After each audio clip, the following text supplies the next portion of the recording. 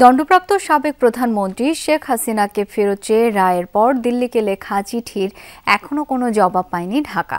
পররাষ্ট্র উপদেষ্টা বলেছেন, বছর পার হলেও এই ইস্যুতে প্রথম চিঠির জবাবই দেয়নি ভারত। তাই এবারে চিঠির জবাব এক সপ্তাহের মধ্যে আসবে, সরকার তা প্রত্যাশাও করে না।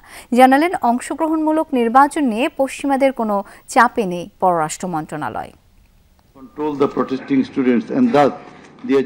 মানবতা বিরোধী অপরাধ প্রমাণিত হওয়ায় সাবেক প্রধানমন্ত্রী শেখ হাসিনাকে গত 17 নভেম্বর মৃত্যুদণ্ড দেয় আন্তর্জাতিক অপরাধ ট্রাইব্যুনাল।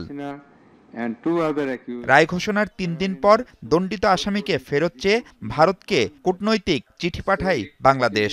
দিল্লিতে বাংলাদেশ হাই কমিশন দেশটির পররাষ্ট্র মন্ত্রণালয়ে এই চিঠি পৌঁছে দেয়। সেই চিঠির কি জবাব আসলো দিল্লি থেকে?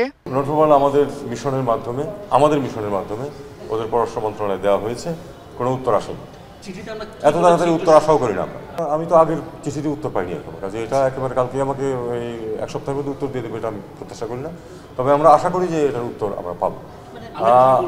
আমরা বলেছি যে যেহেতু তাকে বিচারে দোষী সাব্যস্ত করা হয়েছে, কাজেই তাকে যেন ফেরত দেওয়া।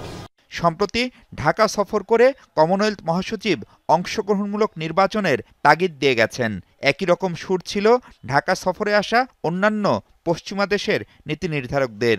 এই ইস্যুতে কি চাপে আছে সরকার? আবার একই কথা, আমার উপর কোনো চাপ নেই।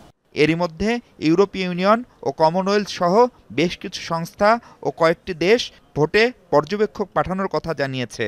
সেক্ষেত্রে ভারত নির্বাচন পর্যবেক্ষক পাঠালে তাতে কি অনুমতি দেবে অন্তর্বর্তী সরকার? এটা পুরোপুরি নির্বাচন কমিশনের বিষয়, এটাতে আমাদের কোনো ভূমিকা নেই। এমনকি আমরা যারা আসবে তাদেরকে কোনো সহায়তা করতেও যাবো না যদি না নির্বাচন কমিশন আমাদেরকে বলে।